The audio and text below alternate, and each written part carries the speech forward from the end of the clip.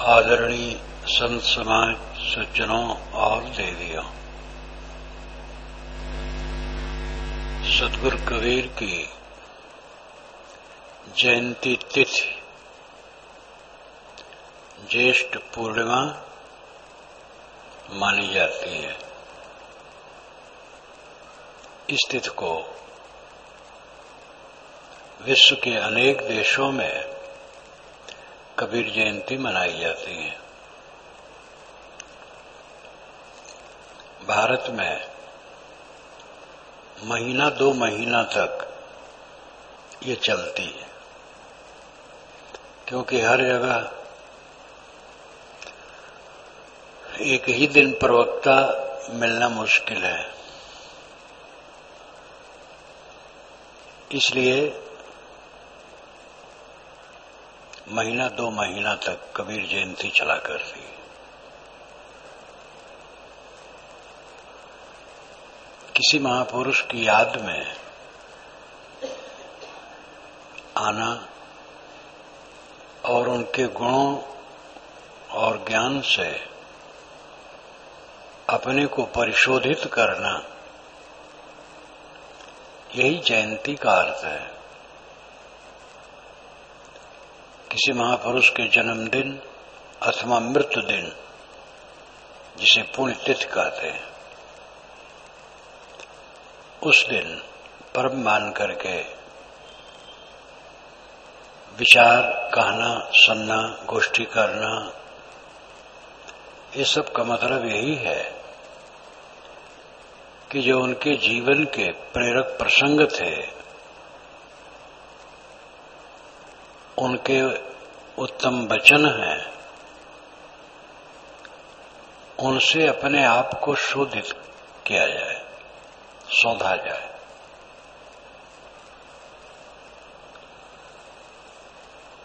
कबीर साहब गुजरात 4 बार गए हैं। वहां के विद्वानों ने लिखा है, और कबीर और कबीरपंथ प्रभावित नए नए मत पूरे भारत में फैले, गुजरात में सर्वाधिक है।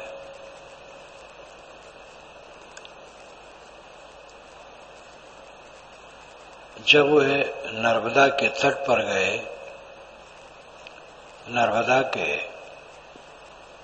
नर्मदा की धारा वहां से उत्तर से दक्षिण बहती है, और कुछ दूर जाकर पश्चिम होकर के समुद्र में गिर जाती है। तो जहां उत्तर से दक्षिण बहती है, पश्चिम तरफ शुक्ल तीर्थ है और पूरब तरफ कबीर बड़ा है। कबीर नाम से एक बहुत बड़ा बरगद है।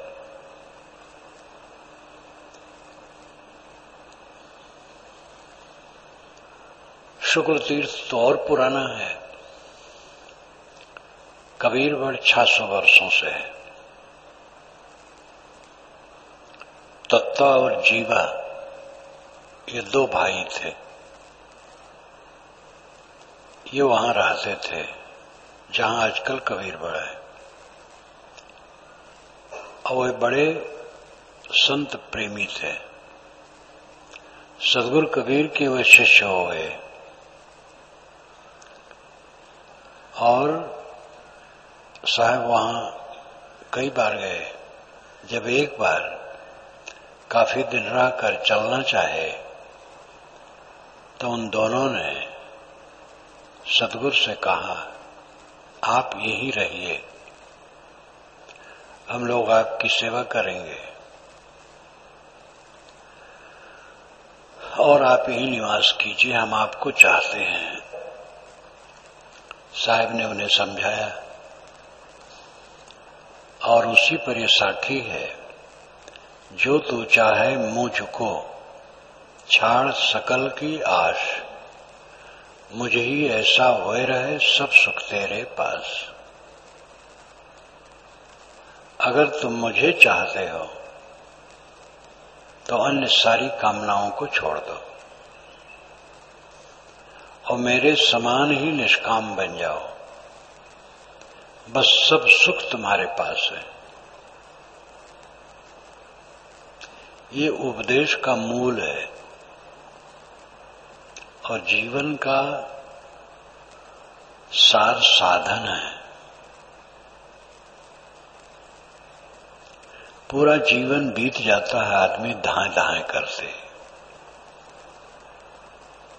मनुष्य का जीवन धाए धाए धाए करते करते जिंदगी बीत जाती है।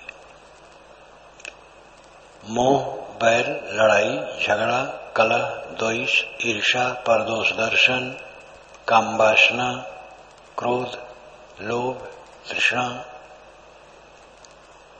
इसी में जलते जलते पूरी जिंदगी बीत जाती है।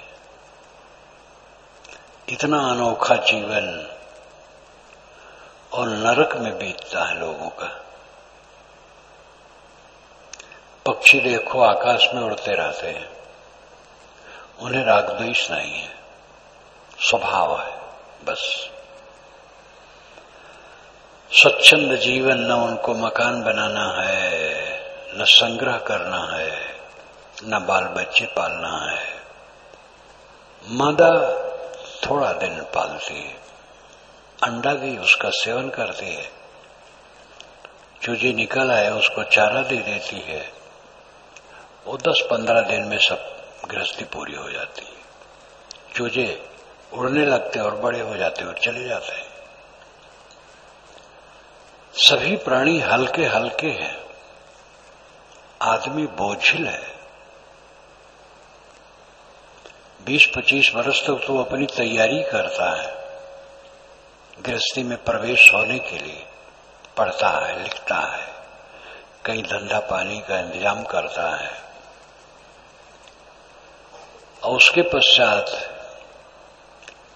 फिर धंधा में लग करके विवाह करके बाल बच्चे पैदा करता है, और उनको ठिकाने लगाते लगाते अपना ठिकाने लग जाता है। मौत का समय आ जाता है, कर्तव्य पूरा नहीं होता है। और इतना ही बीते तो अच्छा है। इसके दरमियान में जो उसके अंदर में मनोविकारों का अड्डा जमता है, वो उसे रात दिन नोचते हैं। सारी उपलब्धियां अहंकार बढ़ाती हैं। जितनी उपलब्धि है सब अहंकार बढ़ाती है। जो साधक है, विवेकी है, समझता है, वो तटस्थ रहता है, अहंकार नहीं करता है। अन्यथा सारे संबंध और सारी उपलब्धियां अहंकार को जन्म देने वाली, पुष्ट करने वाली, और उसी में इंसान को पस्त करने वाली होती है। और जितनी उपलब्धियां होती हैं क्षणिक, उसमें धोखा खाना और कुछ नहीं है। बच्चा पैदा हुआ, क्या मुझे मिला? जिम्मेदारी बढ़ी, पहले रीझो फिर खींचो, यही तो होता है। बच्चा पैदा हुआ, रीझ, बरसों वर्षों रीझते रहो। जब बड़े हो गए और अपने ढंग से चलने लगे, उनकी रुचियां प्रकट हुई, फिर उनका विवाह हुआ, उनकी पत्नी आई, पत्नी का मन और अपना मन लेके उन्हें चलना हुआ, फर्क पड़ा, तब खींच उत्पन्न होती है, दुख। बच्चा पैदा हुआ, क्या फायदा हुआ? उसके साथ जीवन भर झेला गया, कोई अपना कल्याण नहीं हुआ। महाभारत में एक कहानी आती है, एक बच्चा जो कुमार था, 12-13 वर्ष का हो गया। पिताजी पंडित थे। बच्चा ब्रह्मचर्य पालन करके विद्या पढ़ रहा था। ब्रह्मचर्य आश्रम प्रथम है, फिर गृहस्थ, फिर वानप्रस्थ, फिर सन्यास। तो उसने पिता से पूछा, पिताजी जीव का कल्याण कैसे हो? तो कहा, बेटा ब्रह्मचारी तुम हो, बस ब्रह्मचर्य व्रत पूर्वक वेद वेदांत पढ़ो और ब्रह्मचर्य आश्रम से उत्तीर्ण होकर फिर गृहस्थी में प्रवेश करो। धर्म पूर्वक पति पत्नी का बर्ताव करो, माता पिता की सेवा करो, यज्ञ करो और सत्कर्म करते वानप्रस्थी में प्रवेश करो।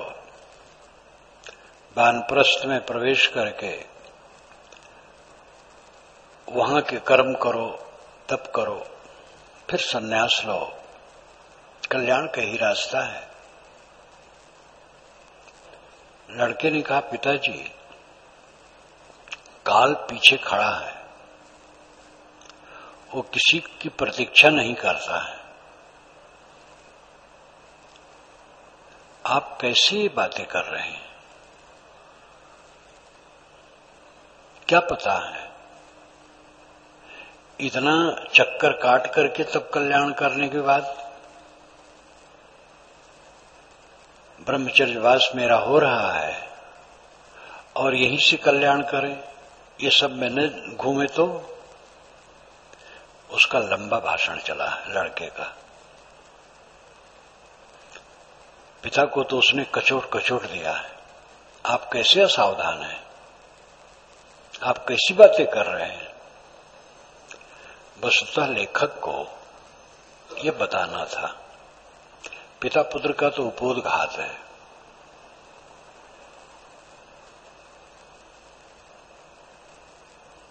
कल्याण का काम आज ही करना है। जब जिस उम्र में हो, जहां हो, गृहस्थ हो, विरक्त हो, स्त्री हो, पुरुष हो, उसको उसी समय से कल्याण का काम करना है। कल्याण है चित्त की पूरी निर्मलता, बोध हो और शोध हो, आत्मा का बोध हो, अपना स्वरूप, अपना अस्तित्व, अपनी सत्ता देह से अलग है। ये पहला ज्ञान सबको होना चाहिए। मकान में रहने वाला, मकान का मालिक मकान से अलग है। अलग रह करके ही उसमें रहता है। कार में बैठकर कार को चलाने वाला कार से अलग है। शरीर में रहने वाला आत्मा शरीर से अलग है।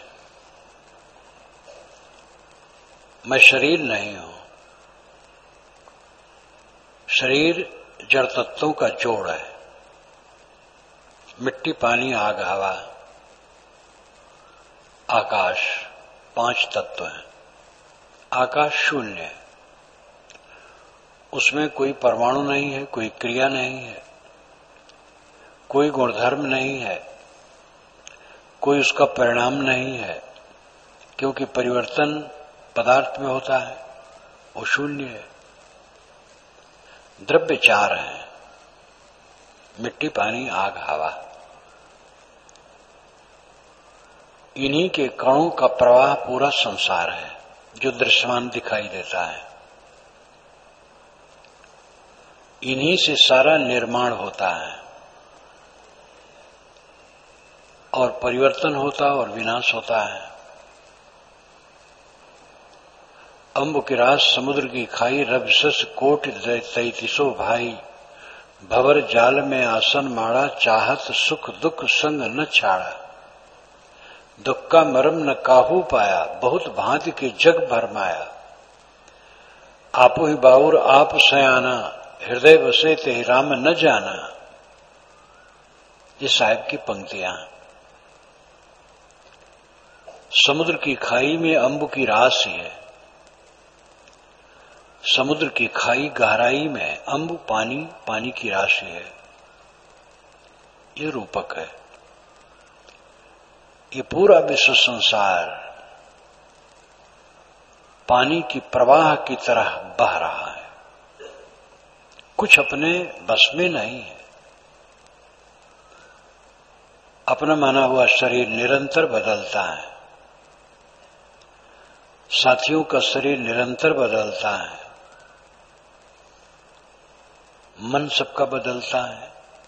प्रेमी बैरी, बैरी प्रेमी हो जाता है, प्रेमी बैरी उदासीन हो जाते हैं।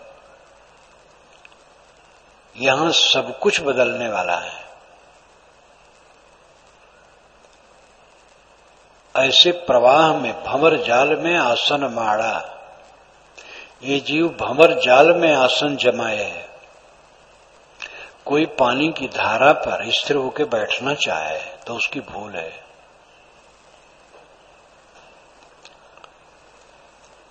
ये पूरा संसार पानी की धारा की तरह बह रहा है और इसी में जीव जम के रहना चाहता है। ये कितनी भूल है। पीत्वा मोहमयी प्रमाद मदिरा उन्मत्त भूतम जगत।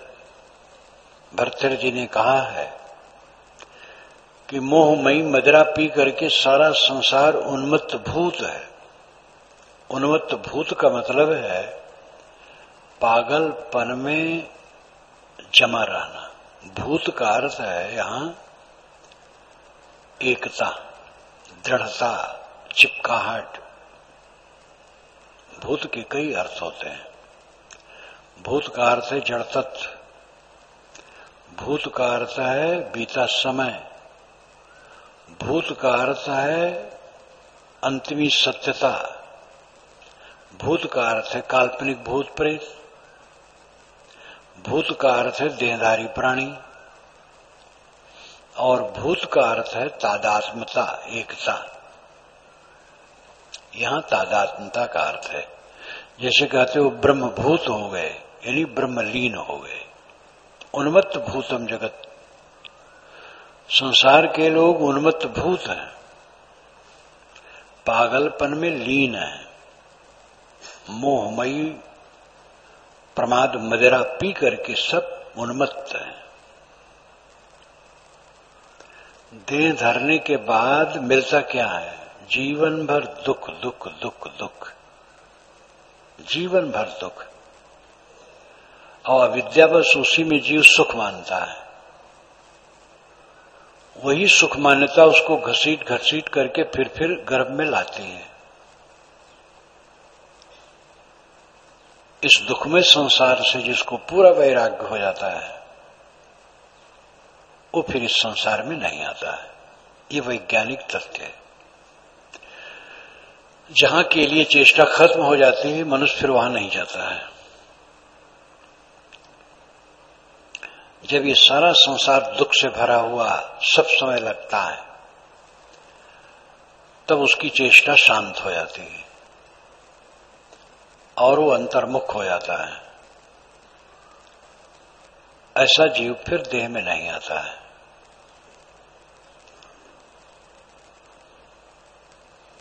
जीवन में जो कल्याण का विषय है वो क्या है?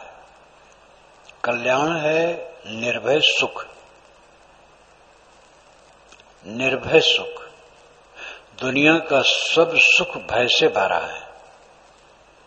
विवाह होता है, पति पत्नी एक दूसरे से भयभीत रहते हैं, मन अलग अलग है, विचार अलग अलग है, एक दूसरे के मन को पटाना पड़ता है, संभालना पड़ता है। काम भोग, निर्भय सुख नहीं। आपस में बड़ा प्रेम है, लेकिन कब तक? विषय वासना में लगे, शक्ति क्षीण हुई, भय से भरा है वो सुख, निर्भय कहाँ है? जो निरंतर रहे वो निर्भय सुख है। दुनिया का जो सबसे बड़ा सुख काम भोग मानते हैं वो तो बहुत क्षणिक है, और उसी में कोई ज्यादा लगा रहे तो उसकी मट्टी पलीद हो जाएगी, थोड़े दिन में अपने व्यवहार का काम भी नहीं कर पाएगा, इतना कमजोर, दुर्बल और बेकार हो जाएगा। बहुत स्वादिला भोजन है, कितना खाओगे? अधिक खाओगे तकलीफ बढ़ेगी। पद है, आता है चला जाता है, धन आता है चला जाता है, अनुकूल मित्रों का संबंध छूट जाता है। दुनिया का सुख निर्भय नहीं है, भय से भरा है। निर्भय सुख चित्त की निर्मलता है, निर्भय सुख चित्त की निर्मलता है।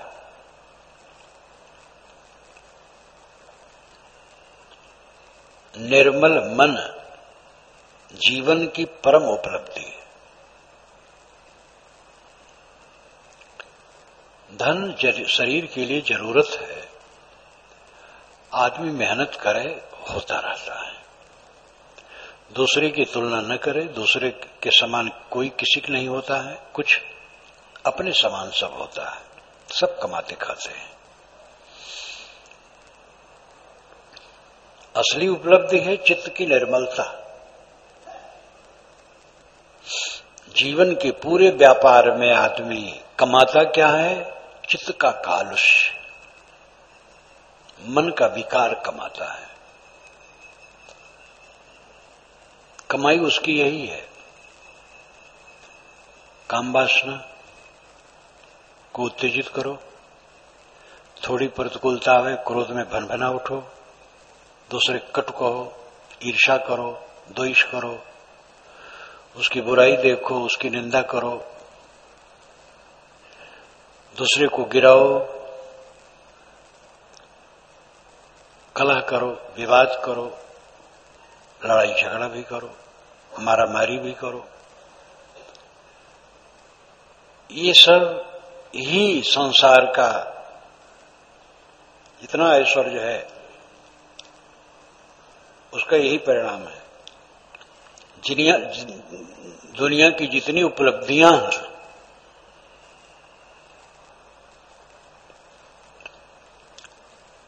उनके फल में यही सब होता है। मन का कालुष्य इकट्ठा होता है, और दिन जितने बीतते जाते हैं वो कालुष्य, वो पाप, वो विकार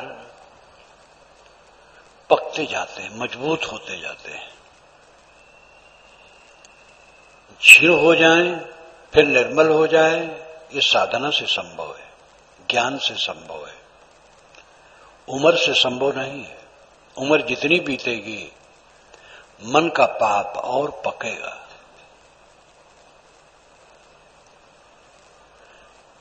धन धान संपन्न, पुत्र पौत्र संपन्न, सब कुछ से संपन्न इंसान मरते मरते तक विकारों की गहराई में डूब के मरता है। ये जीवन की घोर असफलता है।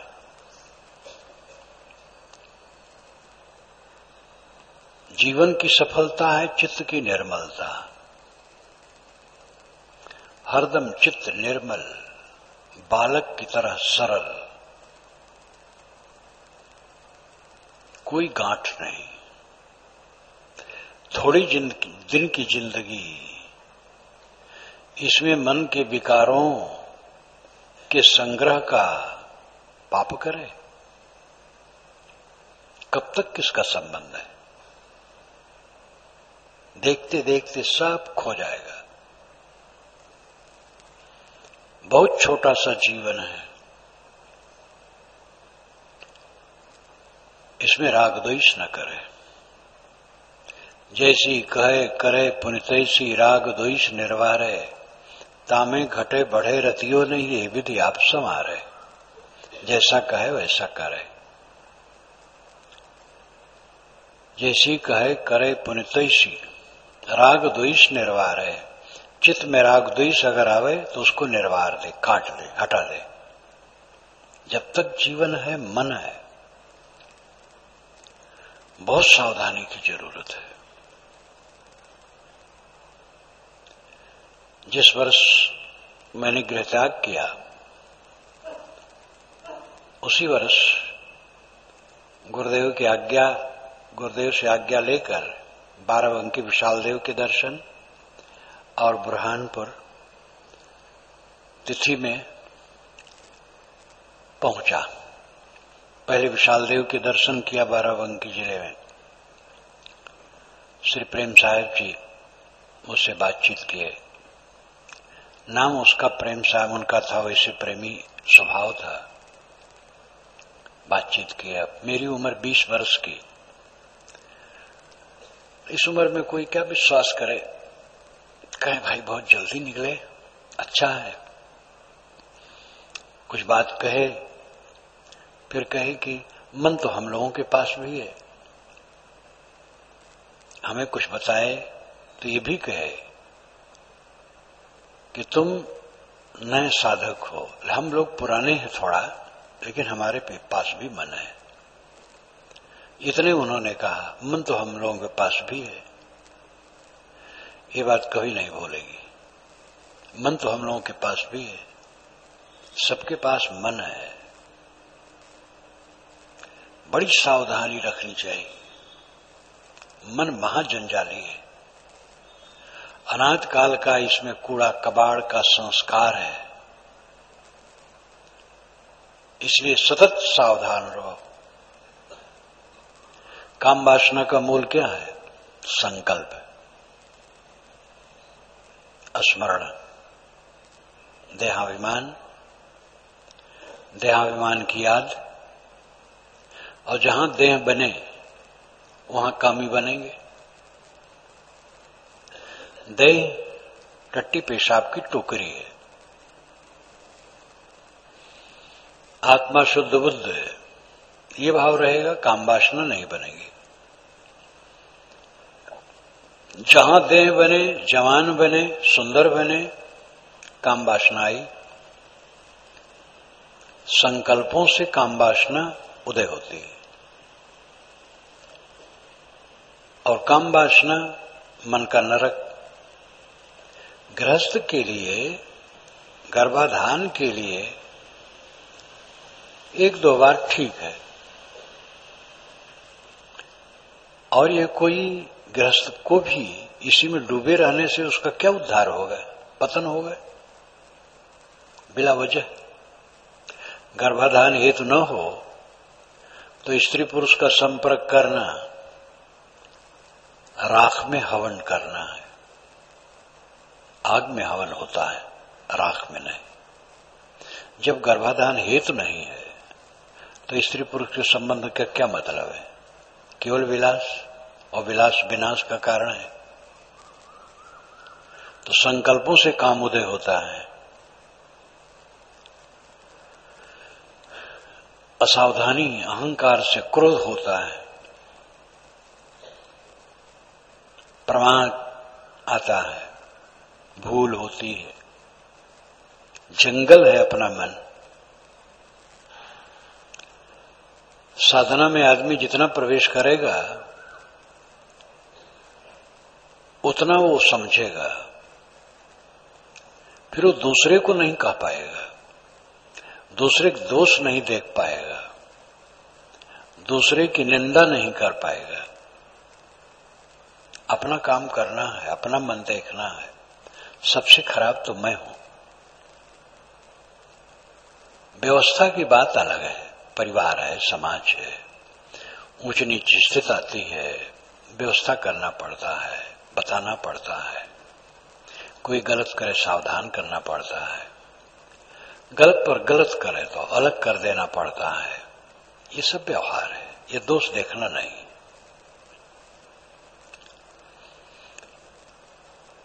कल्याणार्थी अपने को देखता है। हमारा संबंध हमसे दूसरे से संबंध औपाधिक है,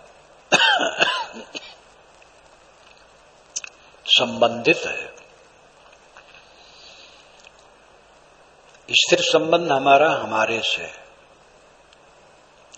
चतुर समझदार कुशल वह है जो अपने मन को हरदम निर्मल करने का काम करता है।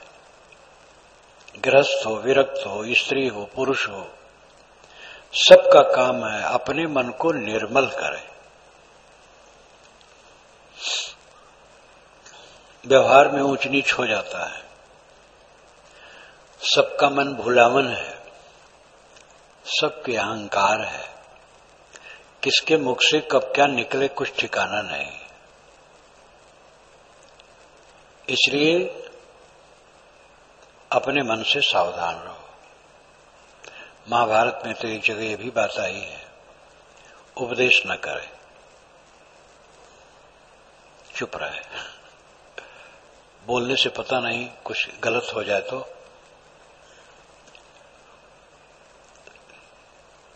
लेकिन उपदेश करने की बात भी कही गई है। जरूरत है संभालने की। फिर कहा गया बात बहुत न करे, कम से कम बोले। ज्यादा बात करोगे तो फिर गड़बड़ होगा। वाणी में एकदम सावधान रहो। साहब ने क्या कहा है, जिह्वा केरे बंद दे, बहु बोलन निर्वार, पारखी से संकर गुरुमुख शब्द विचार। जिह्वा में ताला लगा दो तो एकदम ताला नहीं कहे। बहु बोलन निर्वार, बहुत बोलने का त्याग कर दो, बकबक न करो, कम बोलो, आवश्यकता भर बोलो। पारखी से संकर, जो विवेकी है, पारखी है, सारा सार निर्णय करने वाले हैं, उनकी संगत करो। गुरुमुख शब्द विचार, गुरुमुख शब्दों पर विचार करो, निर्णय वचनों पर विचार करो, अवाचरण करो। चित्त की निर्मलता कल्याण है। निर्मल चित्त में दुख नहीं होता है। जितना क्षण आदमी का निर्मल रहेगा मन, उतना क्षण दुख नहीं होगा। जैसे मलाया दुख आ गया, किसी ने हमें कुछ कहा, हमें अमर्ष हो गया, दुख आ गया। उसने कहा लेकिन मुझे अमर्ष नहीं हुआ तो कोई दुख नहीं होगा। हमारे मन में मल आने से दुख होता है, किसी के कहने से दुख नहीं होता है। कहने वाला जैसा समझा कह दिया। विवेकवान उसमें दुखी नहीं होते हैं। और किसी ने प्रशंसा कर दी, विवेकवान उसमें फूलते भी नहीं। मन है, प्रशंसा उसने की, उसी का मन बदल जाएगा, निंदा करेगा। निंदा प्रशंसा दोनों झूठ है।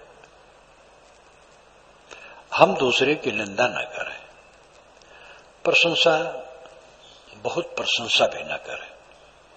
किसी के सद्गुण की प्रशंसा करना थोड़ा ठीक है, लेकिन भावुकता से जो ज्यादा प्रशंसा करता है वही निंदा करता है। इसलिए निंदा प्रशंसा से अलग रहना अच्छा है। किसी के सद्गुण है उसका अनुकरण करें।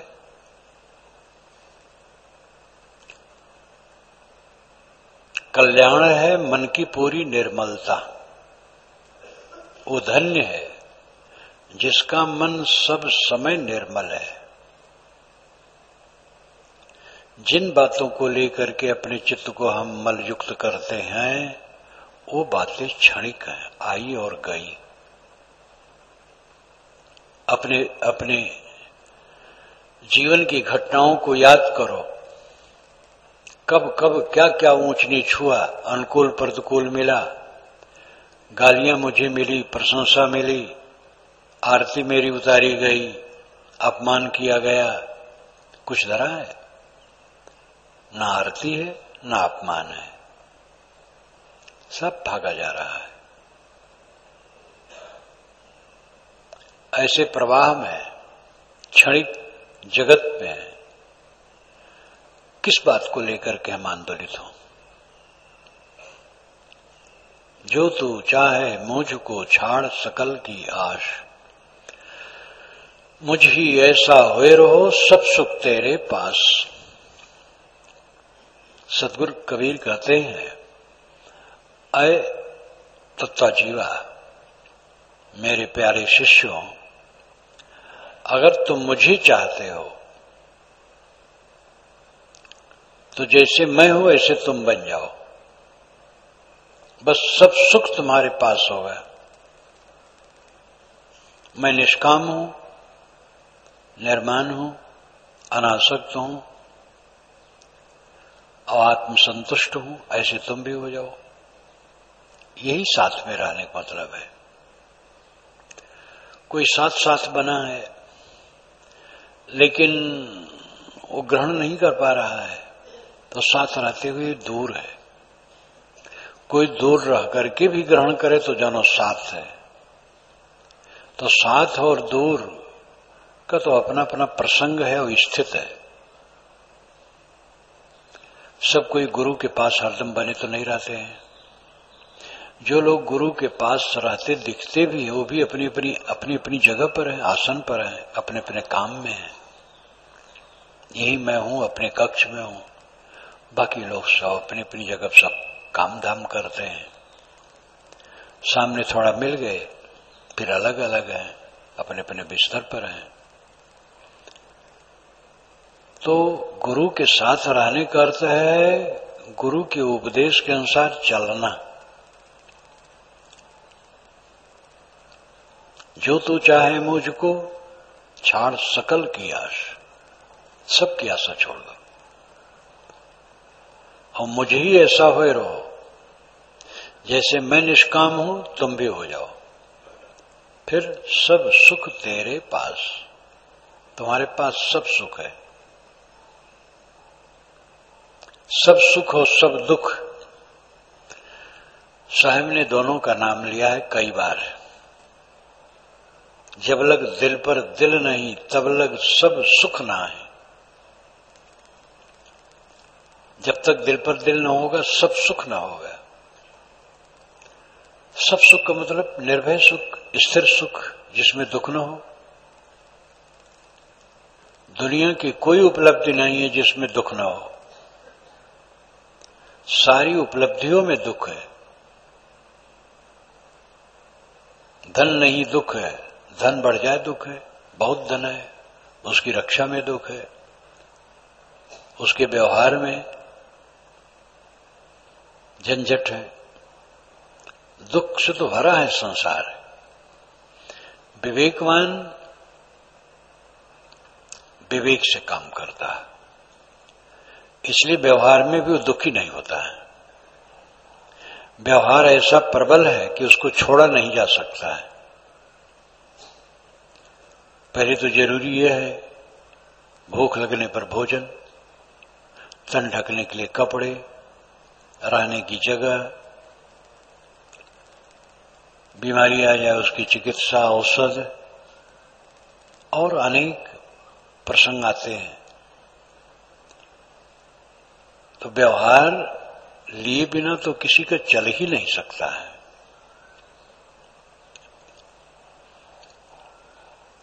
कर्म शून्य होने से काम नहीं बनेगा। कर्मशील बनो, कर्म में मर्यादा रखो, समय निकालो, अकेले में बैठो, आत्मचिंतन करो, ध्यान करो, स्वाध्याय करो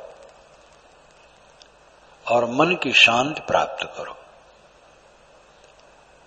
इसलिए कर्म करो, लेकिन कर्म करते करते भी साधना का काम करो। कर्म करे और रहे अकर्मी, कर्म करते हुए भी अकर्मी रहे। इसलिए कर्म जो अपना जिनका कर्तव्य है, कर्तव्य से उदासीन न रहे। हर इंसान को कर्मशील होना चाहिए, लेकिन कर्म के साथ ज्ञान, भक्ति, वैराग, इस सब की भी जरूरत है।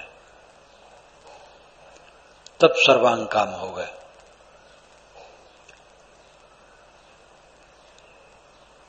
प्रकृति और पुरुष ये दो तत्व हैं, जड़ चेतन। जड़ विभाग में व्यवहार है, चेतन में परमार्थ है। चेतन निष्क्रिय है, आपका स्वरूप निष्क्रिय है, परम शांत। उसका अनुभव सबको करना चाहिए। ध्यान में इसका अनुभव होगा जब ध्यान बिल्कुल लग जाए। ध्यान, अंतिम ध्यान का अर्थ है संकल्प शून्य हो जाना, कुछ न सोचना। ये अवस्था काफी अभ्यास के बाद आती है। जब मनुष्य के मन में वैराग पूरा बढ़ जाता है और अभ्यास बढ़ जाता है, तब वो संकल्प शून्य हो सकता है। जब संकल्प शून्य हो जाता है तब उसकी असली स्थिति आती है। अपने आत्मा का अनुभव तभी होगा ठीक से जब अनात्म वस्तु का अभाव होगा। दृश्य में अपने को जोड़ करके अपने दृष्टा स्वरूप में स्थित नहीं होगी। दृश्य का अभाव, तब दृष्टा स्वरूप में स्थित होगी। इसके लिए पवित्र आचरण की जरूरत है। खान पान सादा और संतुलित ज्यादा नहीं खाना, चाहे कोई कितना ही अच्छा पदार्थ हो, कम खाना। सात्विक भोजन करना, विवाद रहित रहना, कलह कहीं न करना, सिर झुका लेना, सबकी सह लेना, किसी से विवाद न करना। कटु शब्द पा करके भी कटु न कहना, निंदा पा करके भी उसकी निंदा न करना, किसी से ऑब्जेक्शन पा करके उस पर ऑब्जेक्शन करने की चेष्टा न करना, सबकी सह लेना। अपने मन को सब समय निर्मल रखना, ये प्रयत्न होना चाहिए। मन की निर्मलता ही कल्याण है और इसके लिए सब समय साक्षी भाव साधना है। साक्षी भाव, देखते रहना। साक्षी का मतलब है तटस्थ, उदासीन, निष्पक्ष। इसलिए मुकदमा चलता है तो साक्षी की जरूरत होती है। पक्ष विपक्ष तो एक दूसरे पर आरोप प्रत्यारोप करते हैं। जो एक उदासीन व्यक्ति हो, दोनों में से किसी में चिपका ना हो, ऐसा तटस्थ व्यक्ति आके बता दे सच सच उनके विषय में जो जानता हो, उससे जज निर्णय करता है। यद्यपि ऐसी बड़ा मुश्किल है, गवाही सफाई सब में बड़ी गड़बड़ियां होती है। दोनों तरफ के वकील अपने अपने पक्ष को सिद्ध करने के लिए प्रयत्न करते हैं, उनका पेशा है। जानते हुए गलत उसको सही कहते हैं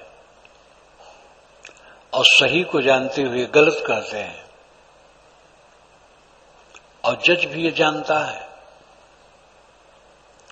क्योंकि बहुत से जज वकीले होकर के गए रहते हैं।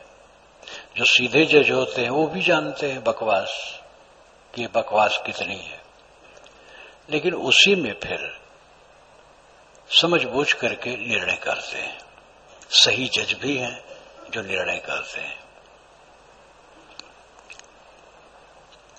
साक्षी का मतलब है उदासीन, न इधर पक्ष न उधर पक्ष, पक्ष विपक्ष दोनों से निष्पक्ष, वो साक्षी भाव। निर्मोहता ही साक्षी का लक्षण है, कहीं मोह नहीं। उठते बैठते चलते फिरते काम धंधा करते मन को देखते रहो, कि मन क्या करता है। मन में कूड़ा कबाड़ आने न पाए, आए तो हटाओ, हटाते जाओ, हटाते जाओ। सदैव मन को देखो, मन को साफ करो, निर्मल करो। मन की सफाई में जो सब समय लगा रहता है,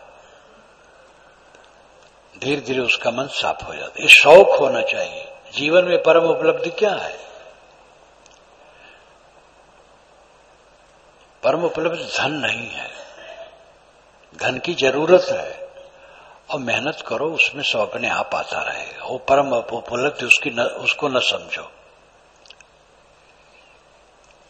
जो जिस श्रेणी में है मेहनती रहें, मेहनत करते रहेंगे और काम भर का सब आता रहेगा। असली काम है मन को शुद्ध करने का प्रयत्न करना। लेकिन लोग असली काम धन समझते हैं और जीवन भर धन का जप करते हैं, और जप करने से धन नहीं मिलता है। फिर परिश्रम से मिलता है, प्रारब्ध भी होता है। प्रारब्ध अदृश्य है, कोई नहीं जानता किसके प्रारब्ध में क्या है। मेहनत करना चाहिए और मेहनत में जो मिले उसमें संतुष्ट रहना चाहिए। मन को शुद्ध करने का काम करना चाहिए। और इसके विषय में आदमी इतना नील है, ये ध्यान ही नहीं देता मन को शुद्ध करना चाहिए। अधिक से अधिक जितना मन विकारी हो ऐसा काम करता है। कलह करना, दूसरे की बुराई करना, दूसरे निंदा करना, विषय वासना में मन डुबाना, मन को विकारी करने में आदमी बहुत परिश्रम करता है, उसी में डूबा रहता है। अहंकार अहंकार अहंकार। अपने अपने अहंकार को मारो। कल्याण दशा मन की पूरी निर्मलता है। बोध हो कि मैं स्थूल नहीं हूं, सूक्ष्म नहीं हूं। स्थूल सूक्ष्म दोनों शरीर से अलग हूं। शरीर नहीं हूं, मन नहीं हूं, वाणी नहीं हूं। दुनिया में कोई मेरा नहीं है और मैं किसी का नहीं हूं और मेरा कुछ नहीं है। मैं अकेला हूं, निर्द्वंद हूं, शुद्ध हूं, चेतन हूं, निर्मल हूं, निर्विकार हूं। ये बोध भाव होना चाहिए। और उसके बाद चित्त की निर्मलता। आत्मबोध है और चित्त निर्मल है, बस काम पूरा है। आत्मबोध नहीं है, चित्त निर्मल है, तो भी काम पूरा नहीं होगा। साहेब साहेब सब कहे, मोह यदेसा और। साहेब से परिचय नहीं बैठोगे केठोर। ये साहेब की साखी है। सब लोग साहेब साहेब कहते हैं। साहेब का मतलब स्वामी, परमात्मा, ब्रह्म, खुदा, गॉड सब कहते हैं। कबीर साहब कहते मुझे और ही संदेह है। कहते तो हैं लेकिन परिचय नहीं है, तो कहां बैठेंगे? परमात्मा, ब्रह्म, खुदा, गॉड, साहेब, स्वामी कहते हैं, लेकिन उससे परिचय नहीं है, तो बैठेंगे कहां? परिचय होना और बैठना। परिचय होना है स्वरूप बोध, बैठना है स्थित। परमात्मा परमात्मा जिंदगी भर कहते हैं, कहां परमात्मा है कुछ पता नहीं, खाली कहते हैं, कल्पना करते हैं सब जगह है। तो सब जगह है तो सब जगह में कहां बैठोगे? किसी लोक में है तो कल्पना है खाली, वहां लोक में कहां जाओगे? जब ये बोध हो जाता है कि मेरा अपना अस्तित्व ही परमात्मा है, अल्लाह, खुदा, गॉड, राम, रहीम, परम पद, जितने भी कहे जाएं शब्द, वो सब का फलितार्थ मेरा आत्म अस्तित्व है, मेरा होना है। तो बोध हो गया। बस अपने आप में बैठना है, संकल्प छोड़ दो, अपने आप शांत। ये कोई अनुमान कल्पना नहीं है। मन का हम साक्षी हैं, संकल्पों को त्याग के अपने आप में स्थित। इसमें किस प्रमाण की आवश्यकता है, किस गवाही साखी की आवश्यकता है, किससे इसको विश्वसनीय बनाना है? किसी दूसरे से नहीं। संकल्पों से जगत सामने होता है, संकल्पों को त्याग के अपने आप शांत है। निर्भ्रांत ज्ञान, निर्भ्रांत बोध, निर्भ्रांत स्थिति है। मैं हूं और मेरे सामने मन है।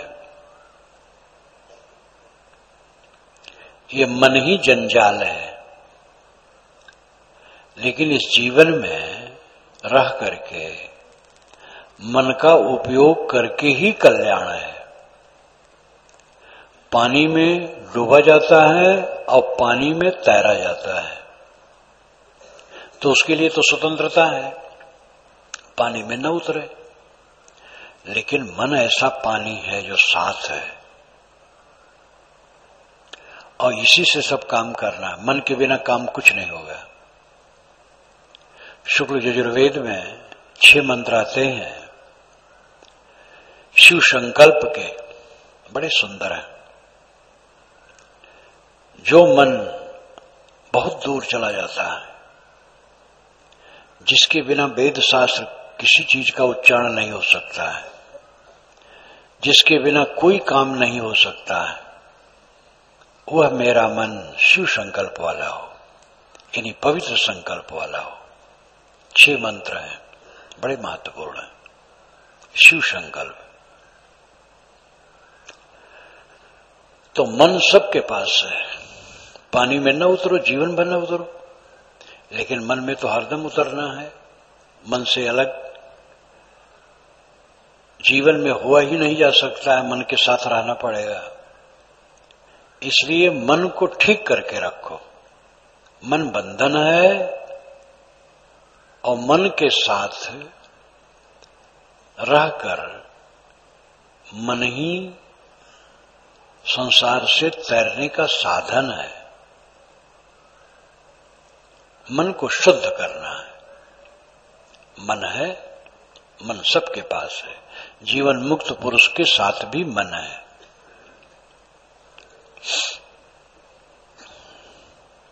विवेकवान मन को शुद्ध रखते हैं।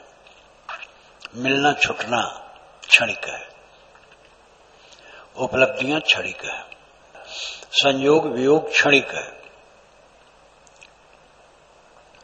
लेना देना आना जाना सब क्षणिक है। किसी बात को लेकर के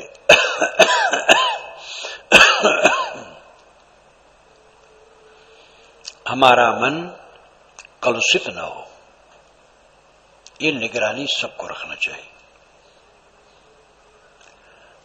कबीर साहब के उपदेशों में कोई कर्मकांड नहीं है, कोई जप और पूजा और अर्चना नहीं है। मन को शोधने का काम है, सीधा सीधा। कबीर साहब ये उपदेश नहीं करते हैं बैठो 1 घंटा तो ये मंत्र पढ़ो, तो ये पानी उछालो, तो अक्षत फूल चढ़ाओ, ये सब कुछ नहीं।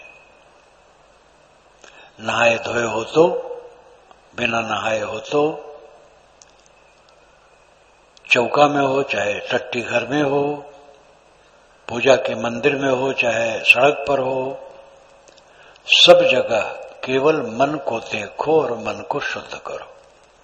ये सरल साधना और सच्ची साधना। निरंतर अपने मन को देखते रहो। ये सावधानी रखो मन में मैल ना आने पाए। हमारा सबसे बड़ा घाटा है मन में मैल आया। हमारे मन में काम आया, क्रोध आया, लोभ आया, द्वेष आया, ईर्ष्या आई, छल कपट आए और कोई मनोविकार आया, मेरा घाटा हो गया, बहुत बड़ा घाटा हो गया। मेरा मन एक क्षण के लिए मलिन हुआ, मेरा बहुत बड़ा घाटा हुआ।